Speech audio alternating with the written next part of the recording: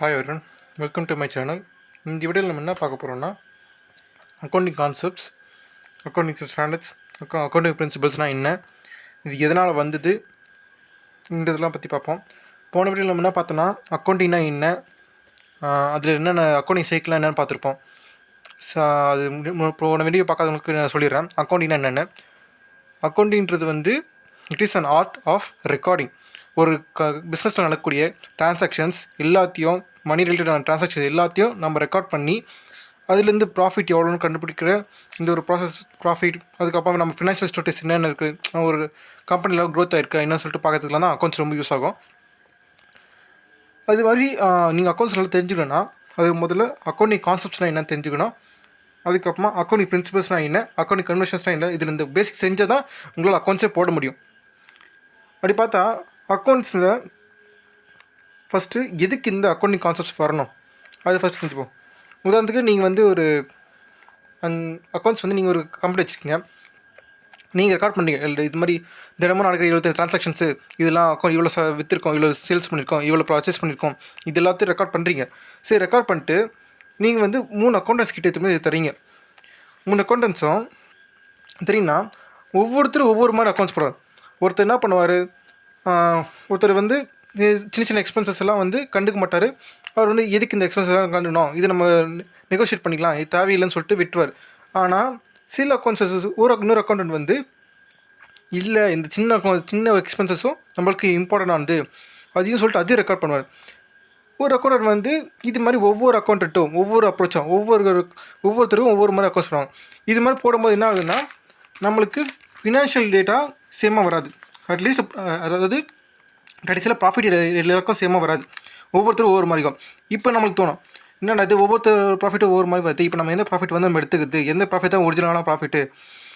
அதுதான் என்னாச்சுன்னா காலப்போக்கில் என்ன பண்ணாங்கன்னா இது மாதிரி கன்ஃபியூஷன் பயாஸ் இதெல்லாம் தடுக்குன்றதுக்காக தான் கேப் அண்ட் சொல்லிட்டு எடுத்துகிட்டு வந்தாங்க. அதாவது generally accepted accounting principles to avoid confusion and to achieve uniformity. அக்கௌண்டிங்கில் யூனிஃபார்மிட்டி எல்லாம் எடுத்து வந்து எல்லோரும் ஒரே மாதிரி யூஸ் பண்ணணும்னு சொல்லிட்டு ப்ராஃபிட் கரெக்டாகவும் இருக்கணும், அதே டைம் எந்த மிஸ்டேக்கும் இல்லாமல் எல்லாம் ஒரு யூனிஃபார்மிட்டி இருக்கணும். அதாவது ஒருத்தர் இப்போ நான் ஒரு அக்கௌண்ட்ஸ் பண்ணின்னு இருக்கேன், அதை கொடுத்தேன்னா அவருக்கு அது புரியணும், அந்த அக்கௌண்டிங் வந்து எந்த ஒரு குழப்பமும் இல்லாமல் தெளிவாக இருக்கணும். அதுக்காக இந்த ஜெனரலி அக்செப்டட் அக்கௌண்டிங் பிரின்சிபல்ஸ்னு சொல்லிட்டு எடுத்துருந்தாங்க. இது வந்து வேர்ல்டு வைடாக எல்லா அக்கௌண்டிங் பிரின்சிபல்ஸும் ஒரு ஆர்கனைசேஷன் பல ஆர்கனைசேஷன் சேர்ந்து இது மாதிரி காலப்போக்கில் இது மாதிரி அக்கௌண்டிங் பிரின்சிபல்ஸ்லாம் அக்கௌண்டிங் கான்செப்ட்ஸ் அக்கௌண்டிங் பிரின்சிபல்ஸ்னு சொல்லிட்டு உருவாக்கினாங்க. அதுதான் இந்த GAAPs. GAAP is a term which is used to refer they are describe the rules developed for the preparation of the final statements. Final ஸ்டெப்ஸ்னால் ஒன்றும் இல்லை, ப்ராஃபிட் அண்ட் லாஸ் அக்கௌண்ட், அதுக்கப்புறமா balance ஷீட்டுன்னு சொல்லுவாங்க. அது நீங்கள் போக புரியும். இதில் அக்கௌண்டிங் பிரின்சிபல்ஸ்னால் என்ன, அக்கௌண்டிங் ஸ்டாண்டர்ட்ஸ்னால் என்னன்னு சொல்லிட்டு பார்ப்போம். அக்கௌண்டிங் பிரின்சிபல்ஸ்னால் இது basic norms and assumptions on the which அந்த whole accounting system has been develop. இது வந்து ஒரு அசம்ஷன்ஸ்னால் நம்ம நினச்சிக்கிறது தான். இது உதாரணத்துக்கு வந்து பிஸ்னஸில் வந்து இந்த அக்கௌண்ட்ஸில் வந்து பிஸ்னஸ் என்டிட்டி கான்செப்ட்னு ஒன்று இருக்குது. அதாவது பிஸ்னஸ் தனி, ஓனர் தனி. பிஸ்னஸ் தனியாக தான் பார்க்கணும், ஓனரை வந்து பிஸ்னஸில் சேர்த்துக்கவே கூடாது. அவர் வந்து நம்மளுக்கு ஒரு கடன் கொடுத்துருக்காரு அப்படின்னு தான் பார்ப்போம். இதெல்லாம் வந்து நம்மளே ஒரு அசம்ஷன் பண்ணிக்கிறது, நினச்சிக்கிறது, இல்லாத ஒன்று நினச்சிக்கிற மாதிரி. இது மாதிரி அசம்ஷன்ஸ், இதுதான் accounting principles, accounting standards, accounting concept சொல்லுவாங்க. இது மாதிரி ஸ்டாண்டர்டைஸ் பண்ணுறதுக்கு இது மாதிரி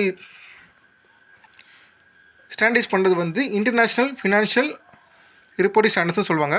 இவங்க தான் வேர்ல்டு வைடாக எல்லா அக்கௌண்ட்ஸையும் ஸ்டாண்டர்டைஸ் பண்ணது. ஆனால் சில அக்கௌண்டிங் வந்து ஒவ்வொரு countries may apply the respective GAAPs and related concept limits. அதாவது ஒவ்வொரு கண்ட்ரியும் அவங்களுக்கு ஏற்ற மாதிரி அக்கௌண்ட்ஸை மாற்றிப்பாங்க. இந்தியாவில் வந்து பார்த்திங்கன்னா இந்த அதாவது இந்தியன் அக்கௌண்டிங் ஸ்டாண்டர்ட்ஸ் யூஸ் பண்ணுவாங்க. இது யார் ஃப்ரேம் பண்ணாங்கன்னா ICAI, அதுக்கப்புறமா மினிஸ்ட்ரி ஆஃப் கார்ப்பரேட் அஃபேர்ஸ், இவங்க சேர்ந்து ஃப்ரேம் பண்ணுது. இது அக்கௌண்டிங் கான்செப்ட்னா என்னென்னு பார்ப்போம். Accounting concepts define the assumptions on with the basis of which financial statements of a business entity are prepared. அதாவது முன்னாடியே சொல்லியிருப்பேன்ல, அதாவது ஒரு கம்பெனியில் இருக்கிற, அதாவது நம்ம அசம்ஷன்ஸ்லாம் நம்ம இல்லாத ஒன்று நினச்சிக்கின்னு இது பண்ணுறது. அசம்ஷன்ஸ் மூலியமாக தான் ஒரு ஃபுல் அக்கௌண்டிங்கே இதுவாகுது. இது வந்து நீங்கள் அக்கௌண்டிங் கான்செப்ட்ஸ்லாம் புரிஞ்சுக்கிட்டு நீங்கள் அக்கௌண்ட்ஸ் போடும்போது இந்த அக்கௌண்டிங் கான்செப்ட்ஸோட டெஃபினேஷன் தெளிவாக புரியும். அக்கௌண்டிங் பிரின்சிபல்ஸ்னு இருக்கும். Accounting principles are a body of doctrines commonly associated with the theory and procedure of accounting services and explanation current practices and as a guide for selection of conventions or procedures where alternatives exist. அதாவது இந்த accounting கான்செப்ட்ஸ்லேருந்து உருவானது அந்த accounting principles. இதுக்கு என்ன டிஃப்ரென்ஸ்னால், accounting பிரின்சிபல்ஸ்ன்றது எந்த இடத்துல எப்படி use பண்ணணுன்றதை தெளிவாக ஒரு ரூல்ஸ் ஃப்ரேம் ஒர்க் பண்ணி கொடுத்துருக்கோம். இது இப்படி தான் செய்யணும், இந்த அக்கௌண்ட்ஸ் இப்படி தான் போடணும்னு சொல்லிட்டு ஃப்ரேம் பண்ணி கொடுத்தது அக்கௌண்டிங் பிரின்சிபல்ஸ். இது வெறும் ஒரு அசம்ஷன் தான். இது நார்மலாக சிம்பிளாக இருக்கும். ஆனால் இது வந்து ரூல்ஸ் ஃப்ரேம் பண்ணியிருக்கோம். இந்த அதாவது ஒரு அக்கௌண்ட்ஸ் போடணுன்னா இந்த ஃபார்மேட்டில் இருக்குது, அது இல்லாமல் இந்த மெத்தடில் தான் போடணும், இந்த மெத்தட் தான் இது பண்ணணும்னு சொல்லிட்டு பிரின்சிபல்ஸ் வந்து அக்கௌண்டிங் பிரின்சிபல்ஸ் சொல்லும். அக்கௌண்டிங் கான்செப்ட்ஸ் என்ன சொல்லணும்னா, அக்கௌண்டிங் கான்செப்ட்ஸ் ஒவ்வொரு பிஸ்னஸ்க்கும் மாறும். Accounting concepts emerge out of accounting practices commonly known as accounting principles. Accounting principles, accounting standards, கான்செப்ட்ஸ்லேருந்து வந்தது தான் அக்கௌண்டிங் கன்வென்ஷன்ஸ். அதாட்டமே வேரியஸ் ஆர்கனைசேஷன், ஒவ்வொரு ஆர்கனைசேஷனுக்கும் ஒவ்வொரு காலகட்டத்துக்கும் இந்த அக்கௌண்டிங் கன்வென்ஷன்ஸ் மாறினே இருக்கும். ஏன்னா அக்கௌண்டிங் கன்வென்ஷன்ஸ்லாம் என்னென்னா, இது அக்கௌண்டிங் கன்வென்ஷன்ஸ் வந்து நீங்கள் இந்த அக்கௌண்ட்ஸ் போட்டால் தான் இந்த அக்கௌண்ட்ஸ் கன்வென்ஷன் கொஞ்சம் புரியும். இது இப்போது சொல்ல முடியாது. ஆனால் இது வந்து யூனிவர்சல் அப்ளிகபிள் கிடையாது. ஏன்னா இது ரெண்டுமே மாறாது. இது வந்து எல்லா வேர்ல்டு வைடாக எல்லாத்துக்கும் சேம். ஆனால் இது ஒவ்வொரு பிஸ்னஸ்க்கும் ஒவ்வொரு மாதிரி மாறினே இருக்கும்.